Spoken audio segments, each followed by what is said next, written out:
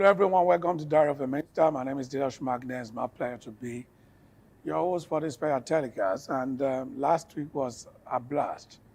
And we were having a kingdom discussion. With a special from my associate pastor, Pastor Deji. Aladejebi. Pastor Deji, it's good to have you again. Thank you, sir, for having me. We will just continue from where we stopped last week. We started looking at the dynamics.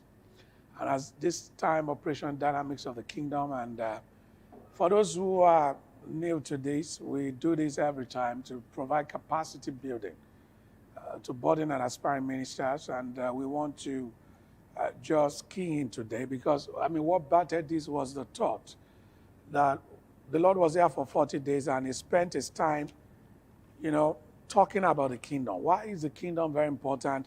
After he rose from the dead, he didn't touch on any other subject matter of interest in the kingdom, and he only zeroed in on things pertaining to the kingdom of God. The Bible gave us a framework there. To walk with, to begin to make us understand that what is important to the Lord immediately rose from the dead, and what will make people to be effective as far as their assignment, as far as those things are concerned, and as far as the ministry of the Spirit is concerned. It's an interventionist thing. And Jesus situated the kingdom within that broader context and within that framework. And so what we tried to start doing last week was to now begin to break it down. Now, what exactly are these parables telling us? Because the biggest referencing we can do to substantiate what Jesus taught within those 40 days is to look at the parables again, because the parables already give us the underpinnings of what Christ, again, reiterated within those 40 days, because he already told us the kingdom is like this. And if he was saying things pertaining to the kingdom, so we can begin to know that he must have touched on some of those things again, because that was how he started his ministry. The teachings on the kingdom became the mainstay of his teachings. And towards the end, again, just like we read there, the last 40 days, it was just all about the kingdom. I started looking at the parable of the sower. And that was becoming more and more interesting towards the ending of last week. So you want to take off from there, Pastor Deji. Okay, so what have we got today? All right. So today we're going to be talking about the parable of the tenants,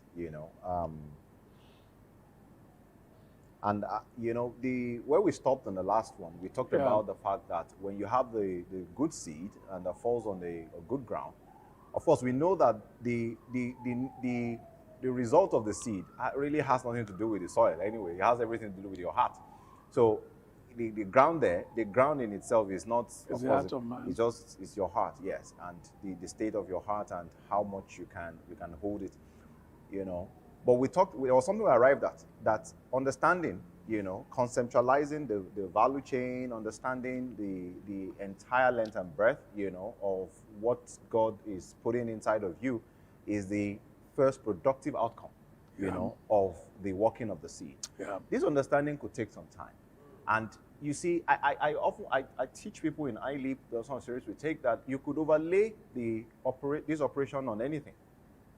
So you could have a job where you are processing these things. You could take your time, You look at some people, if you really caught the kingdom, people could look at you for a long time, what's happening to you? That kind of thing. Nothing doesn't seem to be working.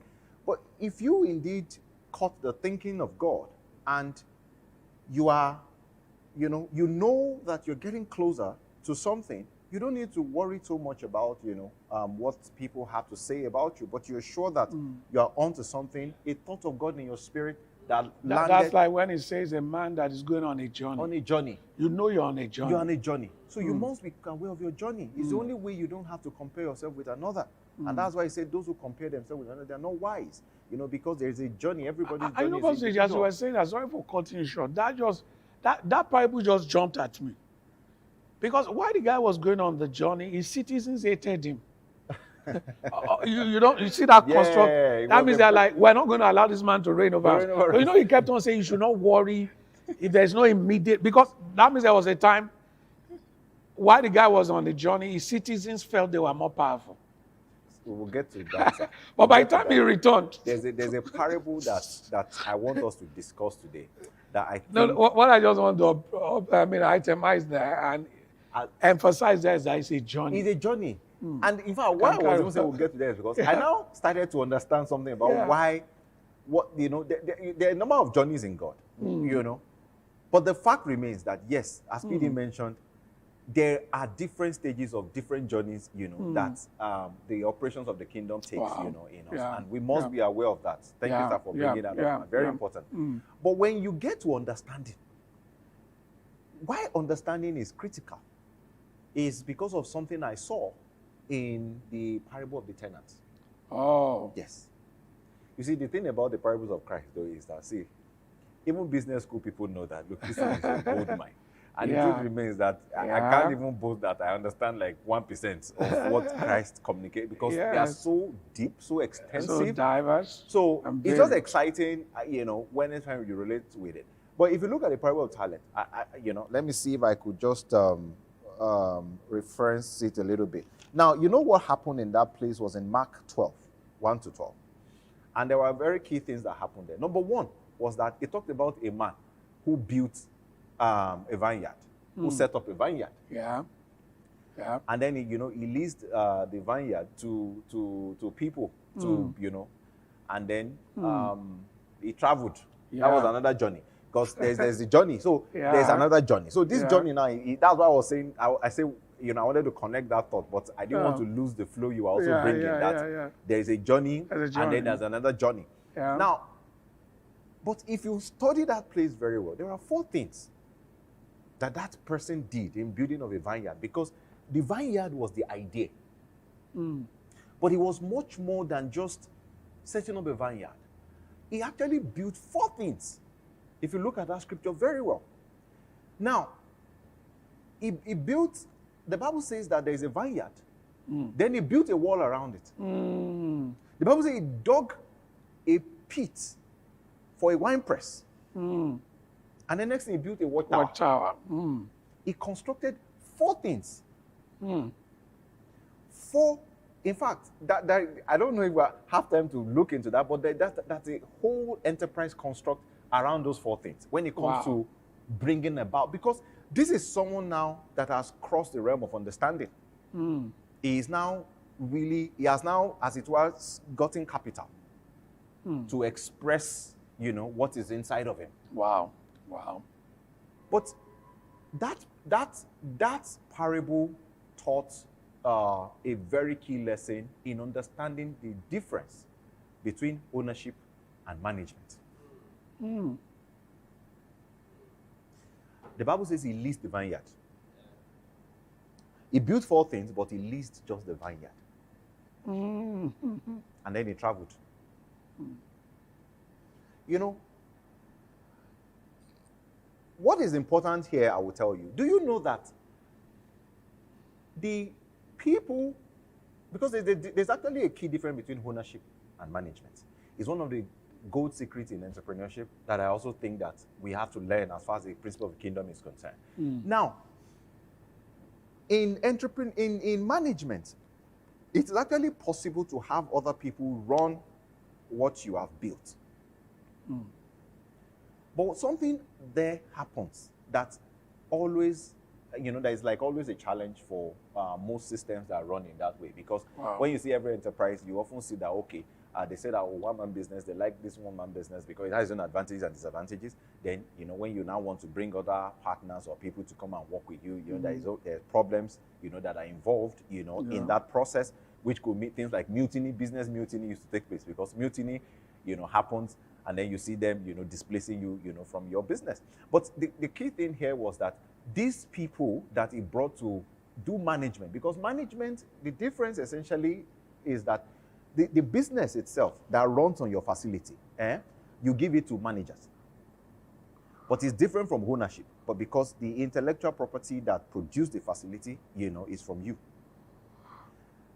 Now, he found himself in a situation whereby the people that he brought in to manage, more like that's the rent aspect of it, because the rent just means that, okay, look, I got this thing, all right? Then you sell, take 20% of it, and then just send me 80%. Or send me 20%, you take 80% to run the company, you know. And that was exactly, you know, similar to what he did. And then Christ was taking the story of the kingdom. He was telling us, you know, this same story of the tenants. Wow. And that they plotted, after a while, they plotted, what rubbish. That can't, is it not us that are doing all the hard work? Please, let's hone this thing. So every time he sends people over to come and like, guys, I've not seen the proceeds over here. They said they would beat up the guy and then cast him out. And that kind of, and then he kept sending servants and all that. He said they would beat him up and then they cast him out. And then he was like, at least they have respect for my son. And then the son came, and of course, the conspiracy was great because this is now a case of inheritance. That if we can deal with the heir, that means that when the man himself dies, that is the end, you know, and then this thing just becomes ours. I love that story. It's a you know, interestingly, yes, they got the son killed and then they cast his body out, and then afterward they want to lay claim, you know, on what's on everything that is there. And the parable ended with a very interesting lesson in business and in enterprise. Jesus said that, he said, of course, they knew that he told this thing against them. He now said that the stones that the builders rejected became the chief cornerstone. If you look at that place, you see it in Mark. You can take the time to read it. It's not like maybe you want to. But now, the question in my spirit was that, why are you telling the stone the builders rejected has become the chief cornerstone in this situation? And that was when the Lord revealed a very important secret that in ownership, there is what we call the cornerstone of everything you've built. Now, the way the cornerstone works is that what happens in a cornerstone is you design what God is doing, or whatever is designed in such a way that if they remove you, you might not necessarily be around and all that. But if you remove the person from the system, they just realize that the whole thing will just crumble. If you watch a lot of movies, villains try to do this. They tell you that, oh, you know, they tell you things like, this, if you kill me, there's something in my heart. Once you just kill me, the whole place will just self-explode. So what I'm saying there is the fact that when it comes to the principle of management, there's difference between management and ownership. But in this situation, Christ was explaining a strategy in God, which requires that when you come to coming into understanding, the fact that you come into understanding of what it is that God has dropped in your spirit, essentially is what gives you ownership. Wow. You can't have ownership without understanding. No idea truly belongs to you if you cannot understand it. And once you're able to understand it, the understanding you have itself becomes a cornerstone. So a lot of time when ideas or businesses are building on top of it, you know, it may seem as if, oh, okay, they can remove it from this thing and then, you know, they take over whatever is there and all that. But because you are the one that spent 5, 10 years or 3 years or whatever processing the understanding in that flow, no one can take it from you. I'm sharing this because I feel like it's a word for someone, and that it is also it could be a very important development in the reason why God expects that the kingdom to be fully formed in us, you know, before we actually go there and seize it. Because anything that works in this world, people will contend for it. People will contend for it. People will contend for it. So, I mean, look at Steve Jobs. It was a very living example of what we're talking about, because he too got to that stage in which, I mean, of course, they brought John Scholar, one of these management people, you know, the collar people, to come and, the blue collar or white collar people to come and help him manage his business and, you know, to sell it, take to the market and all that.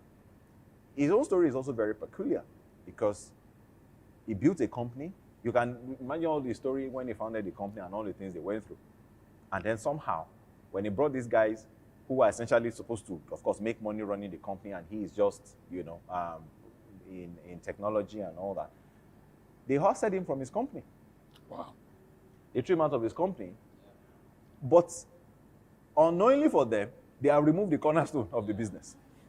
And that's why Jesus was saying that the stones that the builders rejected it ended up becoming the corner. So you now realize that, oh, okay, in trying to put up the whole thing, the person you're trying to throw out of the system is actually the cornerstone that can hold the whole entire structure together, in the first place. So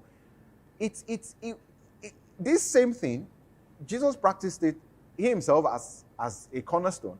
He was trying to pass that across. But as a lesson of the kingdom, it's also another parable that we need to really pay attention to. That, look, if you do not come into understanding regarding the thoughts of God in your heart, the concerning development of God in your spirit, you can never be a cornerstone.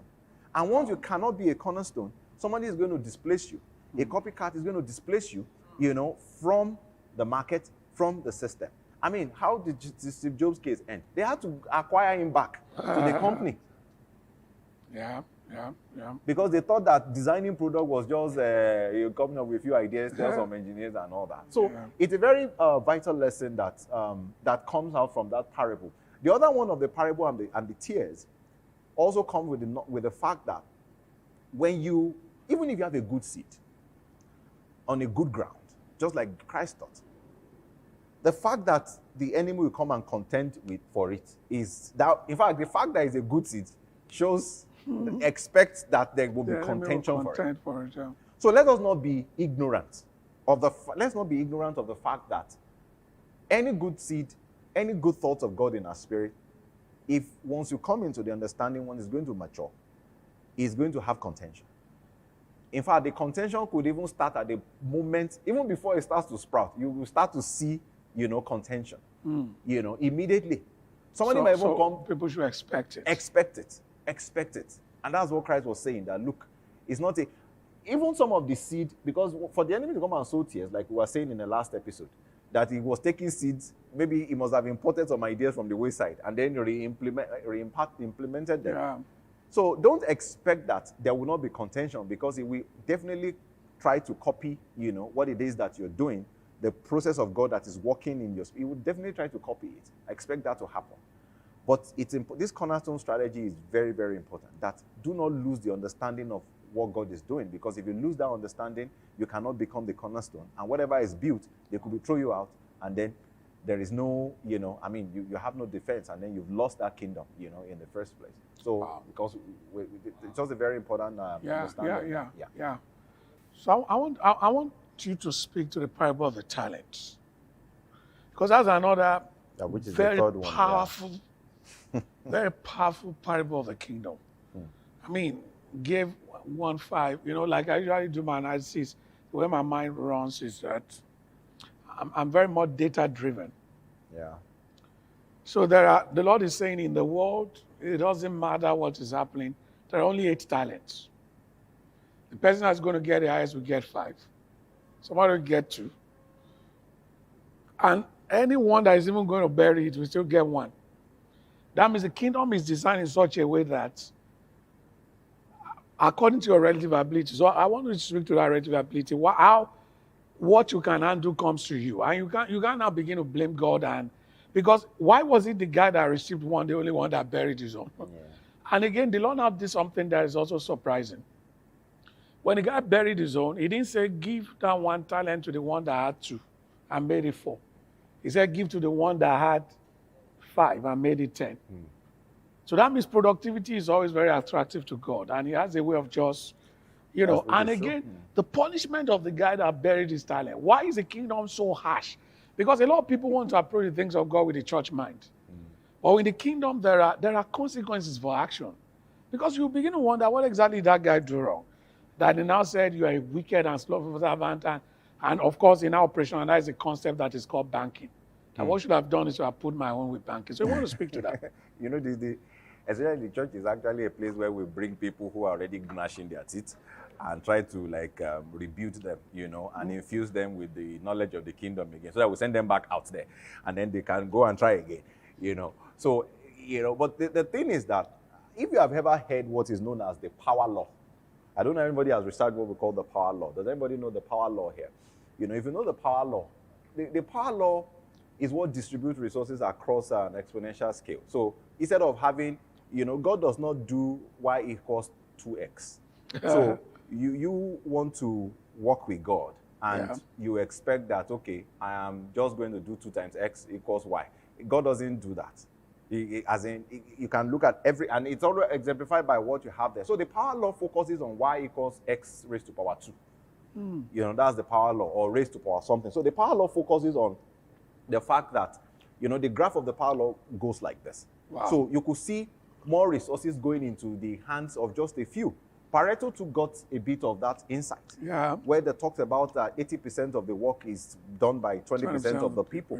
You know, so it's a mystery of the kingdom, but it's the kingdom. So the Bible even validates that, yes, it is so. So these are laws you can't argue against. The question remains as to why. It also boils down to what we started by saying, you know, before we get to the talent, that ability is built with time.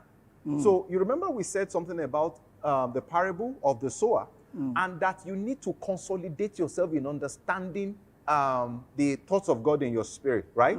Now, do you know that when you look at the power law, there's a graph in which it looks like you are not taking off from the ground for so long. Wow. You are not taking off from the ground for so long. And then at a particular inflection point, the thing just goes on like that. That is what is happening.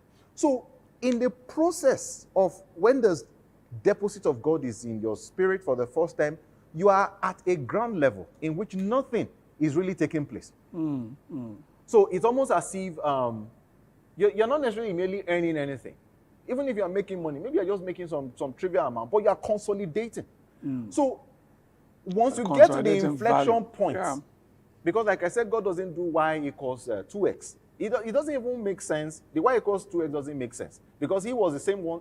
In fact, the power law is written everywhere in the scriptures. He said 1 will chase 1,000, 2 will chase 10,000.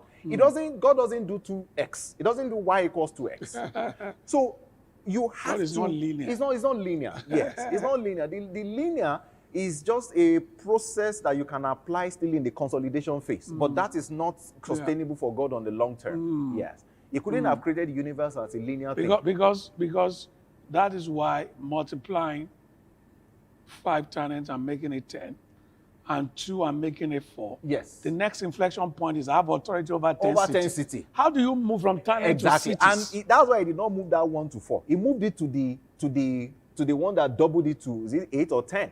Because if you plot that distribution, you will see that he's trying to just comply to the power law. Wow. I mean, so look at the universe. Even when they talk about the Big Bang, it didn't grow linearly. What happened there was not linear. From the moment God created the universe till everything we're seeing, everything went with such a speed, you know, and it followed that same sequence. So the power law is real. It's real because we have to spend enough time on the flat part of the curve, consolidating, understanding values. And the inflection point will come at some point, you know, where it takes off. And once it takes off, it will be as if the entire work in the world is only you they are giving it to. Nobody now cares again. Now say, there's this guy that used to paint. He's the one that paints. But there are other painters. No, he's the carpenter. He's the paint. You will wonder that, okay, but we have other paint. No, he becomes the carpenter. He becomes the painter. He becomes, and you're wondering that what happens to the others, you know? So this is the way the power law is. And I think it's a very important thing to learn in terms of the parable of the talent. Because he said he gave them according to their abilities. So, and he himself, as much as we look at the way God gives us resources personally, individually, even God himself is plotting each of us on his own scale. And across that scale, he's looking at, okay, the person that is here, and then he's using that to also allocate, you know, those resources. So it explains why he could give one, then gives one, 2, and then another one 5. So he could explain that sequence as well, you know. So I think believers need to focus on developing the vital set of skills, your ability to internalize God's thoughts. God doesn't waste his resources. And our ability to produce, you know, to focus on producing understanding, you know, getting to the depth of what he's telling us determines what is going to come into our hands, you know, and that's what I believe, you know. So in terms of the talents, I mean, if you look at the last guy, yes, it's worthy of debate because the kingdom has a bit of a ruthless factor, which I would have loved to hear your comments as well on that. I don't know. It's a bit ruthless. And in fact, sometimes when we go and pray, I think we get to a point where we realize that, okay, dear Lord, this prayer I'm praying, I'm not saying you are at fault. No, you have done everything. I'm just here so that you can help me understand what I'm not doing well. That kind of a thing. Because it is... which is a prayer many people are not praying. Yes. It's a good prayer to pray that God should really help you to... Because you often, teach about the instructions of God, some things He has told you that you have refused to do, many of those things. In a place of prayer, there's a bit of a recycling of those thoughts that you should hope for and pray for, so that you can actually go back to consolidate on the thoughts of God. Because God will, I don't think He will violate that power law. It's almost as if there is a very few people that actually, I mean, if you look at even the parable of the sower, you already have one over like 25%. So there's always a small percentage of people that takes the thoughts of God to the level of understanding. And because the parable already shows that number, that means He will consolidate all His resources even within the people who are producing fruit. It's not all of them that produce 100. It was still 30, 60, 100. So the scale at which He will even deal with the people that have 30-fold is different from the 60-fold. It's also different from the 100-fold. Yeah. So within the good seed, you want to also plot yourself within that space and see, okay, how much God is even committing to your hand. But I think God is fair because His principles are already documented before we got here. Yeah. So it's not a case of it's just trying to be, on churchy. Like you said, we church people, we are a bit very nice. Yeah. And our niceness is good, but it could also be a problem, I remember a brother came to me once to try to raise a loan for a business. And I told him that, I hope you know that I'm not going to do pastor thing with you, though. He said he knows. Yes, that frankly, I'm going to subject. That is, if I scrutinize whatever it is that we're looking at, and I feel that it doesn't match a particular. A kingdom principle is missing. It's still a no. It's still a case of Of course, I will advise. You understand that kind of a thing. But the bottom line is that it's not a case of niceness. If I see kingdom, I will do what I have to do. But I don't expect any investor to pity me. Pity me. When people come to me and they say, God said I should do this business. God said, I have a way of answering. Because like you said, the kingdom is ruthless. I said, in God we trust. For every other person, bring data. Please explain that. In God we trust. As in, God can say, you start this business, in 6 months, you become a billionaire. But I wasn't there when God spoke to you. So show me the data. Because you must be able to back it up with data. With the facts. That is true. Because look, 5, 2, 1. That's why I mentioned, that means it's a data-driven kingdom mindset. If the Holy Spirit now gives you those data, fine. Yeah. We're not debating that, and that's what we call miracles. Yes. But you see, at times you don't need miracles. What you need is to lock the data in principles, which at times are the workings of God. Blessing-wise, not really miraculous. Because you see, there's a mindset that says, I don't research what I want to do. I don't even know anything about that field. God has just told me to, let's use something as an example now, to go into real estate. Exactly. And when I tell us about real estate, I don't know anything about real estate. Look, that is not kingdom. No, that's not kingdom at all. Because the truth about the matter is He gave the talents to them according to their several abilities. That means there is a data that is driving that distribution system. It's data. So you can call ability data. That was the data those guys were generating. And he could look at them and it was like, your data supports the fact that you can handle 5. Absolutely. The data of what you have done over the years shows us you can handle 2. So have 2.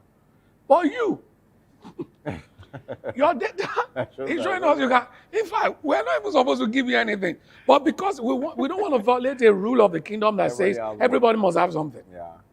Because later I now said to him who has is Yeah. going to have more. Wow. Because that's how data, like you're talking about point of inflection in the kingdom, that's how it works. You have more. You have, but to him who does not have, even what he has. So That's he who exactly. does not have, the kingdom must give you what you have. Yes. But it will be taken away It will from be you. taken away. Because that's how it works. So, No. so it's not. It's almost as if salvation. Some you know, people what trying to Christ, be nice. What Christ did. Yeah. The death on the cross is a leveler. Yeah. It's a at least get one thing kind of system. So when Yeah. you come into the kingdom, you know, and I think that one, as far as I'm concerned, is our ability to access the Holy Spirit. It's everybody. There's no monopoly of access to the Holy Spirit. It's one of the first things you have to know as regarding an ability in God, you know, and which is why I believe every believer has. He said the Bible was saying that what is the advantage that we Jews, you know, we have at the end of the day, what qualifies us? Unto us were committed the oracles of God. And you know, I was telling a few people, you know, I said, what's an oracle?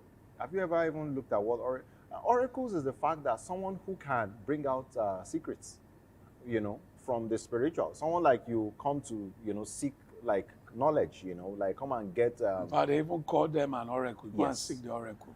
And what that means is the fact that the basic advantage we all have is that we can all hear God. If you don't recognize that, if we don't recognize that as a fundamental advantage, we are already disadvantaged. And what that means is that it still boils down to what we're saying now. And now let's get back, because we are tying everything together now. Go back to the parable of the sower. The thought of God that dropped in your spirit, the seed is one. But it went to the wayside.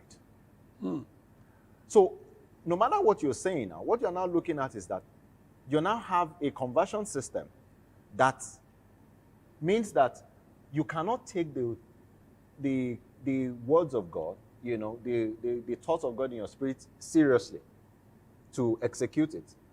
And what now happens is that that same thing, thought, gravitates to another person who can actually, you know, take it seriously. So what we're looking at here is that the fact that believers don't, you know, we don't have a lot of failures. I've thought about that as well, that we don't have a lot of failures.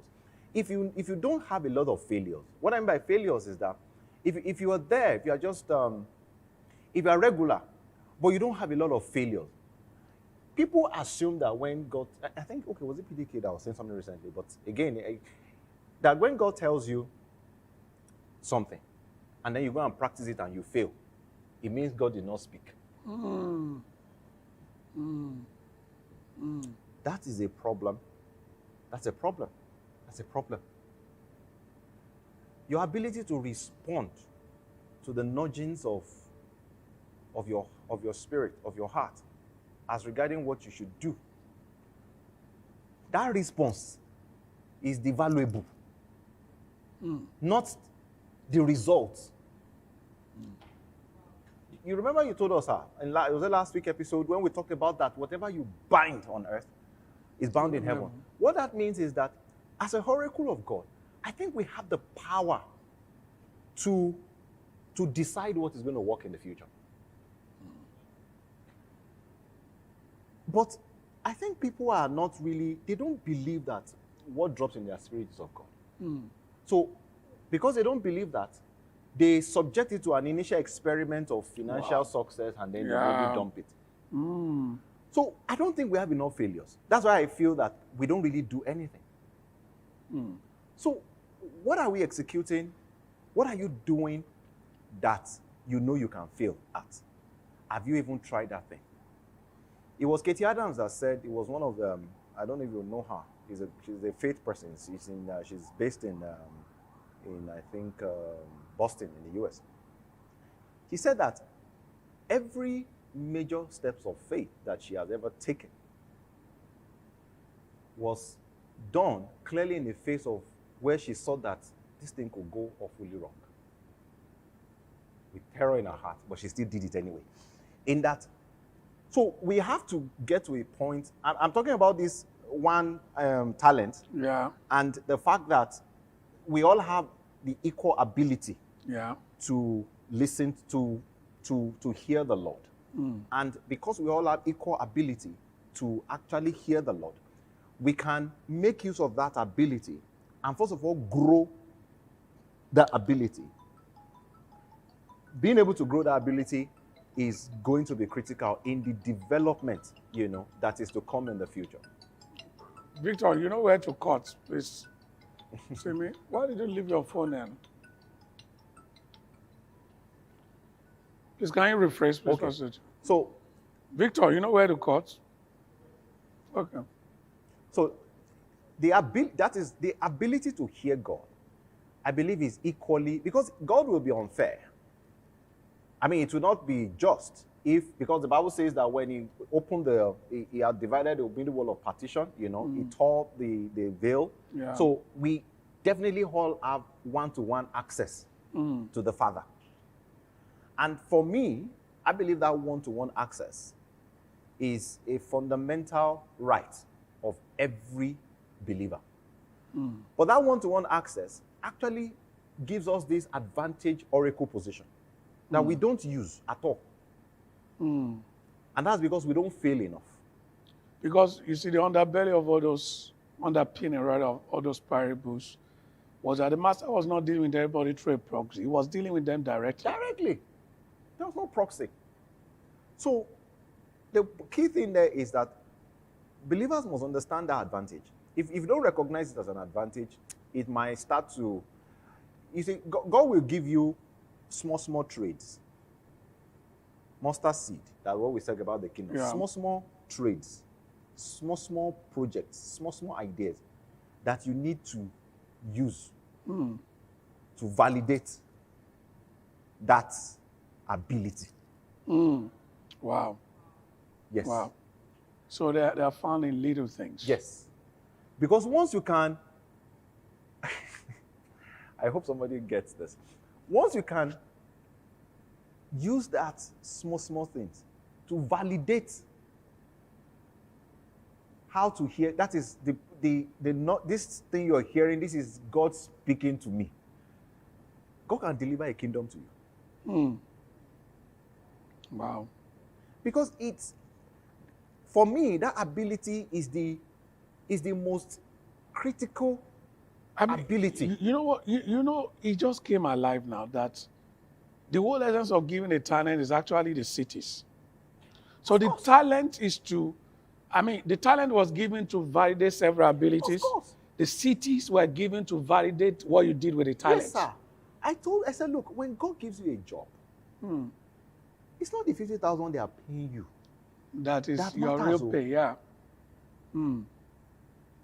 If you lose that opportunity, No, Pastor, you need to say that again. Because some people, God gave them the job. But for another 25,000 naira increase in salary, they jump. that will be a big mistake.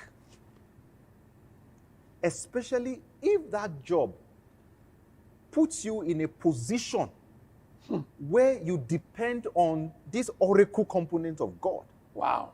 To excel at that position. Wow. You have finished yourself. Wow. You must pay attention to that.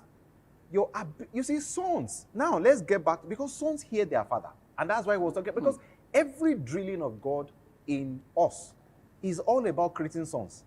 He has nothing to do, forget all these things. Once he can make a son out of us, a son is the person who is able to take the thoughts of the Father, who knows that thinking of God, and is able to place a bet on it. Wow. You don't take a short position on God, you will lose. So you go all in. You could fail sometimes, but you need to rejoice in the fact that, the Lord put this thought in my heart, and I did it. Wow. So that in itself is joy. Yes. Wow. I hope we're all listening. These are just two men having honest conversation over 2 cups of coffee. And it's been great. Wow. So it's getting clearer now that God is looking for several abilities. Yes. And of course, the abilities will form at the seed level. Because like we said, we're not talking, which is why, like I said, the most powerful and the most fundamental thing is that ability to use that your oracle power, you know, to take a thought of God and break it into enterprise expression like you have always taught. In that seed form. It's so critical. Because you yourself, you will have root in yourself. You'll be confident that you can take on cities. Because you know how the kingdom works. So what is now the kingdom? The kingdom is a system that allows us to infuse the operations of God with the operations of the earth in real time. That is, that ability to bring the two together is the workings of the kingdom. So God is really about, can you master that process? If you're able to master that process, God is done. You are a finished product. You're a finished product. So, which is what we talk about the inflection point. It's an inflection point for God, that you come to a mastery of that process. He will introduce different trades. Listen, he's going to introduce different trades. Different trades. My daughter, go and start that milk business. You, go and start that barbing business. You go and work in that place. They are giving you 50K. He's not interested in the profit of the place in terms of cash. That is not his profiting. He is putting you there because he feels that you can use the abilities of God in you to make something profitable, that becomes a kind of a training ground. Yeah. And if you joyfully recognize that is what is happening, it's not going to bother you, and you won't displace yourself out, you know. But when you start to move by the wind, that's just blow here, blow here, blow. Oh my God, it's a terrible place to be. So that will speak to why that guy buried his talent. Of course. Because he did not understand. You know, he says that you are a hard man. You reap where you have not sown. You gather where you bestow no labor. He said, here is your talent. And the master looked at him. And he operationalized something that at the moment I give you something, and you do not use it for what I intend for you to use it for, that very thing begins to lose value. So the guy thought he was returning back the one talent. Okay. But the master said, what you have returning is less than one talent. For it to be one talent, you should have put it in banking. So the Lord is now creating a system of advantage that whenever you are giving something and you do not know what to do with it, don't bury it. There are systems around you called banking. That means, for example, now God gives you, let's say, a ministry to women. You don't even have a clue. You don't know how to start. Banking is whenever Pastor Maury Babes Redefine, they are doing anything, go and become an usher there. That means put it in a system that is already working. It has a way of keeping the value of that talent alive. Yeah, absolutely. Precisely. Go and volunteer. You know, instead of just saying, let me keep it. And people think by keeping it, they are helping God. And the Lord said, number one is it's two things. It's called slothfulness, and it's also called wickedness. Wickedness, yes. Say you are a slothful and a wicked servant. So it is wickedness to contain what God has given you because you lack understanding. It's wickedness. Sir, let me even have. And for those who are listening, I have come to also understand that, you see, when you walk on the street and you see, why it is wickedness, I will tell you. Your indecision to act, to bank it, or to act on it, it has a cascading effect that eventually puts that little child inside on the road there that has no food to eat. Hey. If you don't understand that link. And that's the kingdom. That's the kingdom. Because the kingdom is a system. You see, why the focus was on the seed is because God is like a scientist. It's like trying to create matter without atoms, or trying to grow a tree without planting. God can't just feed that child. God can't just take poor people out of the streets. If you're expecting that to happen, then you're expecting this thing to just... Which is the way a lot of people think. Yes. They don't see the connection it's not between what God has given to them and the survival of Nigeria. Exactly. They think it's going to come from Aso Rock. Thank you. So Buhari is at fault or the president is at fault. Yes, they might have their own shortcomings. Of course, but definitely. The bottom line is that, you know, at the end of the day, a president is like the best representation of the people. So what Nigeria doesn't have is the thinking per capita needed to produce the kind of president we want. So if many of us are there on Twitter and all that, just, you know, no execution of any God position, no God operation, nothing is not going to ever just change. Complaining. And the kingdom, like we said, build churches on every street in Nigeria. It won't change the fact that a beggar, poor children will still litter everywhere. If the church does not teach us what it takes, you know, to operate out there, and even benchmark, people will give front seat on the basis of what is going on in terms of execution. I'm just saying that it's important that we actually even have internal benchmarks, you know, of some of these things, you know. So yes, you are right, sir. We're not banking it, we're not acting on it. It's wickedness, and it's something that I think God takes personal, because it will definitely not just going to appear to him. And then, I mean, there's a reason when God created the earth, he did not put a white giant throne in North Pole where he's at.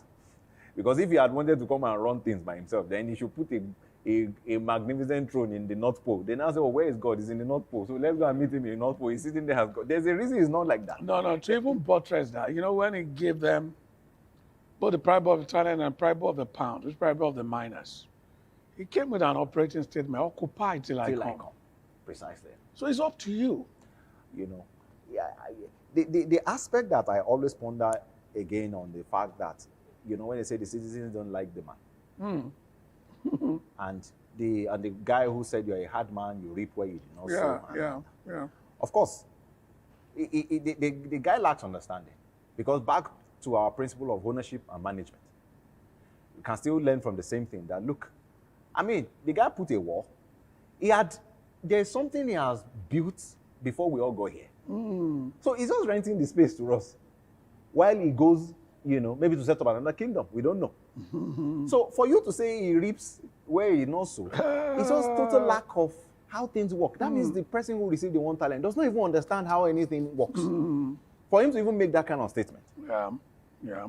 So it's a statement that shows that, of course, when we don't know if we don't know the workings of the kingdom, everything you have will eventually gravitate to the hands of those who knows the workings of the kingdom.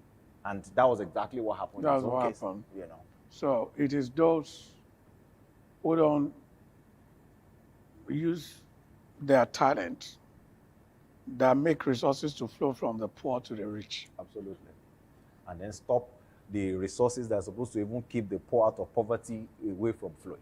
Wow. One more parable, Pastor Deji. Which one would you like to speak to us? Okay, we can talk a bit about the merchant, who also, because all these things point. Because I was thinking about that. At what point do you take resources from the land, and at what point do you buy the whole field?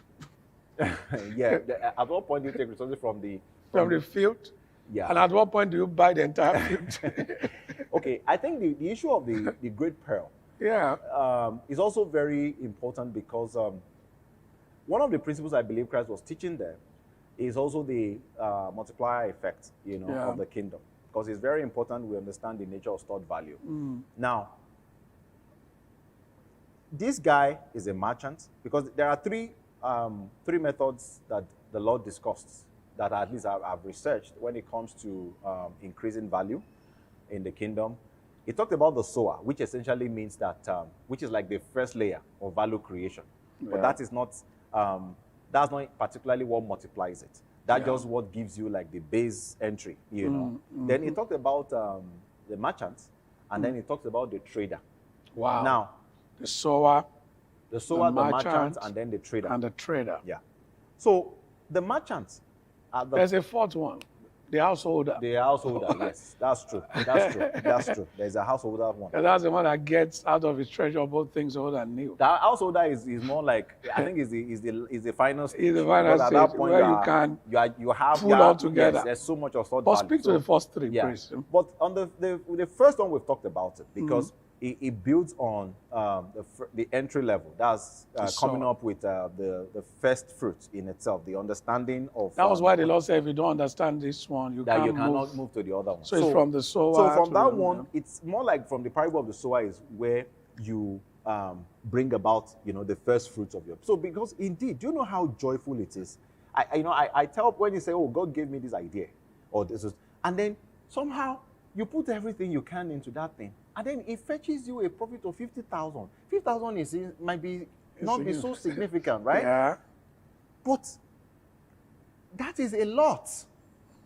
I'm just telling you in enterprise terms, for you to come out and say, well, I made a small profit of 50,000. That is a lot. Meaning that, you mean God told you something, and you pursued it, and He gave you 50,000. That is big. No, let's just establish the lot. Yeah. Yeah. And that's where it starts from, because we need to start appreciating things at that level, so that we just don't think it's until we see billions that, oh, God is working. No, 50K is a lot from God told me. So that's one. Two is the merchant. The merchant stage is very important, because even in business, if you're creating something, maybe you're making your own kind of money and all that, and then you produce, you still need to find a merchant, someone who is able to sell it for you. So there's a retail system where merchants essentially just sell, and then they make profit from what they sell. So connecting to the merchant is a value chain of the kingdom, merchants. But what I believe is important there is also the fact that merchants are not, they may not produce. So that we also understand that it's not everybody that may just be that, here, God, creativity expert. But some people are actually good in actually taking what God is doing in you and helping you facilitate the exchange with people who need it. So these are merchants, actually. So there's a merchandise position, there's a merchant's position, and it's also very strategic. So it is the last position, the merchants that converted to the last stage, because it was not saying that the merchant too it does not want to. Oh man, you are getting some secrets to growing wealth here. It says that the merchant doesn't want to stay a merchant. He's seeking God. He's seeking pearls. So from that point of the merchant, this thing I'm saying, it was reserved for something, but the amazing part is that so he knows that just being a merchant and counting the profit of his being a merchant is not essentially where he's going. It's not the destination. The destination is in something called trading. So he had to take from the proceeds of all he has been making as a merchant and then acquired something that is of great resource. Wow, pearl of a great price. Yes. You see, what happens in that level is that you have entered a stage in which people can pay anything for anything. Because at that level of a pearl, you could get to market and you decide to sell that pearl for times 10 of what you used to acquire it in the first place. Now, this is when you get to the trading level. Now you get to the trader. Now, trading is not just merchants that are selling, there's buying and selling of goods. But there are people who just trade in valuable things that have no use. I don't understand how it works. Because you would now start to see, that's why I started to back up for a lot of people now, that there's something in this generation that you're not paying attention to. From forex trading to cryptocurrency trading, trading is a thing. And I tell people it's a thing. So he just acquired something of great value. What's he going to use it for? What do they use pearl for? Can you tell me what they use pearl for? Is he going to put it on this chair? Or is he going to eat it? He can't eat it. But he knows that great price. This thing is not so easy to get. So I will acquire it and then I will store it. So he understood that effort must be stored into valuables. But how? And the amazing part is that he said he has been seeking. So it's the seeking part that gets to me, that indeed he is aware that, look, okay, there is another multiplier that God is pointing me to as I'm doing this thing that I need to. And let me say something there about Pastor Dele, because you see, it is this adjustment that will make some people to return back to poverty. Because you just see some people, God supernaturally, maybe they do something, 100 million will just come. Thank you. Thank you, sir. And the mindset is that they will think another one will come. But meanwhile, God is saying this one that has come convert it to something. It is that conversion failure yeah. that is the bane of so many people. Because that's when you should now begin to seek a pearl. That means that any opportunities God is giving to you is to seek another opportunity. Yes, sir. That is when somebody will now want to go and buy one land and build something, and at the end of the day, waste everything because in his mind, oh, he's going to come again. And God will say, that's the only one I'm going to give you. You should have converted it into this, but you did not convert it at the time you were supposed to make the conversion. Sad. And when you now look at the third guy, what now happens is very critical because the Bible says that when he gave them the talent, now what he gave to them was gold, was a valuable. Yeah. It wasn't retail products per se. It was a valuable. The Bible says he traveled and then came back and found out what they have gained by trading. Oh, by trading. Now, there is a market for trading things you cannot quantify, for trading things that are just valuables. So listen to this. If I am seeking and then I get an instruction from the Spirit, listen, that I should put all that I have made in my salary or whatever into this thing. It's not this thing that is valuable. It is the instruction that you received mixed with what you did that makes this thing valuable. Oh, God. Oh, God. Now, you will store it like this because God told you to store this thing. It's only God that knows that Dangote is going to need this thing one day. Only God knows it. And that the price is going to pay for it is times 20 you of know, this thing. You know there's a story in the Bible that speaks to all this. In Egypt, people are putting their money into land. Their wealth into land, into people. But the Holy Spirit told Joseph to consolidate the value in corn.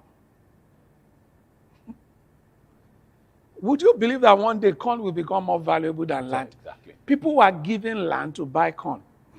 So like he said, it's not that corn is what is valuable. But the fact that God told Joseph, while others were storing land, storing houses, to be storing grain. And one day the grain bubble happened. That people had to come from all over the world to come and see grain. And grain now became the most valuable thing on the earth because God has a way of driving value when people obey instructions. Yes. That's the story that speaks to that. And how did Joseph, that was how Egypt became a, because now you couldn't, do you know when Jacob was sending his children, it wasn't that the famine in Canaan was the kind of famine where they didn't have anything. He sent fruit. Yes, they had almond, fruit. Yes. Pichasto. But it was just all those things were not valuable. Thank you. It was not valuable. Not valuable. So they had some things because he said, give it to the man. So they said some things. You know, yeah. Oh man, this is amazing. Because, you know, the funny part is that we must watch out for the parables of God in our environment because the parables of God are normal happenings. So don't be surprised when God tells you, oh, go and do a business thing as his instruction. People think God speaking has to be something spiritual. Like, okay, take that oil and that Bible, go to that place, you know, stretch your hand towards the sun. Those are the things a lot of people grew up with. Oh. They don't know the God who can say, go and start a granite business. They don't know that God. So, just like you said, sir, and just like we are pointing out here, the fact that we are able to identify what God is asking us to go into. Wow. And the obedience of that decision. Wow. Immediately determines that. In fact, you store it. And because you know you are the only one that had and store. Now, let's get back to how the guy, that's the same thing that happened in the guy that the people they gave talent 5 to 4 to 2 to 1.